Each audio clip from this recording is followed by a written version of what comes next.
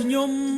គេជោគជ័យអស់ហើយនៅតែរូបខ្ញុំមិនទាន់ស្គាល់កោះត្រោយខ្ញុំខំសួរគេក៏ប៉ុន្តែមិនមានអ្នកឆ្លើយខ្ញុំរស់តាមសមាជីវ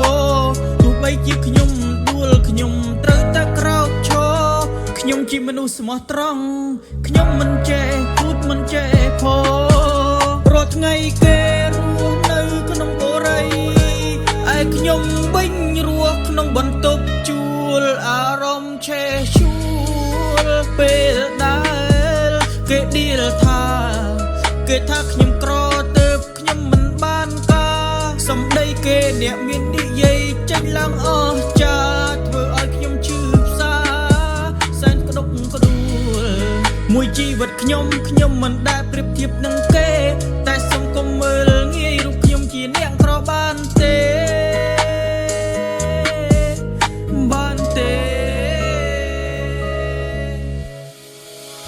ជីវិតអើយជីវិតហេតុអ្វីជាទុកលំបាកមកតាមឡើងថេហេតុអ្វីខ្ញុំចង់មានបានមិនក៏មិនមានបានដូចជាគេខ្ញុំចង់ឲ្យទុកលំបាកធ្លាក់ទៅពួកអាមើលងាយគេកុំឲ្យវាបានចេះតែពួកឲ្យកុំ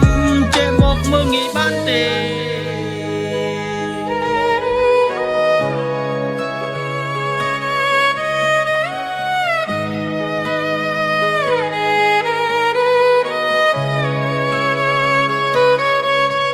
ជីវិតខ្ញុំរស់ទាំងត្រដប់ត្រដួលត្រដឡើងមកក្នុងពេញព្រោះតែខ្ញុំចង់កិច្ចពីភាពប្រខំប្រឹងយ៉ាងណាក៏នៅតែជប់ឬមិនល្អធ្វើការកញ្ជះគេរាប់ឆ្នាំអីរាប់ខែមានសល់អ្វីពេលដែលរូបខ្ញុំទៅលេងស្រុកទៅលេងពុកទៅលេងម៉ែហើយកូនសុំទងដែលមានកូនប្រុសម្នាក់នេះមិនបានការហើយកូនលើកដៃសំពះហើយកូនសុំធ្ពក់ដៃសន្យាកូននឹងខំប្រឹង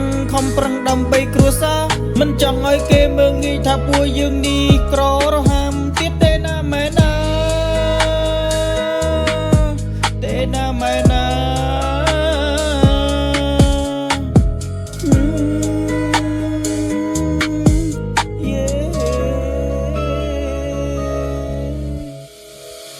ជីវិតអើយជីវិតហេតុអ្វីជាទុកលំបាកមកតាមឡើងថេហេតុអ្វីខ្ញុំចង់មានបានមិនក៏មិនមានបានដូចជាគេខ្ញុំចង់ឲ្យទុកលំបាកធ្លាក់ទៅពួកអាមើលងាយគេកុំឲ្យវាបានចេះតែពួកឲ្យកុំ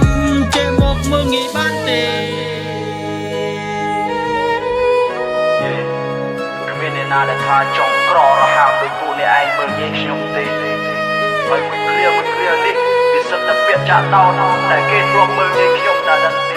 ជីវិតខ្ញុំរស់ទាំងត្រដប់ត្រដួលត្រដឡើងមកក្នុងពេញព្រោះតែខ្ញុំចង់គិតពីភាពប្រខំប្រឹងយ៉ាងណាក៏នៅតែជប់ឬមិនល្អធ្វើការកញ្ជះគេរាប់ឆ្នាំអីរាប់ខែមានសល់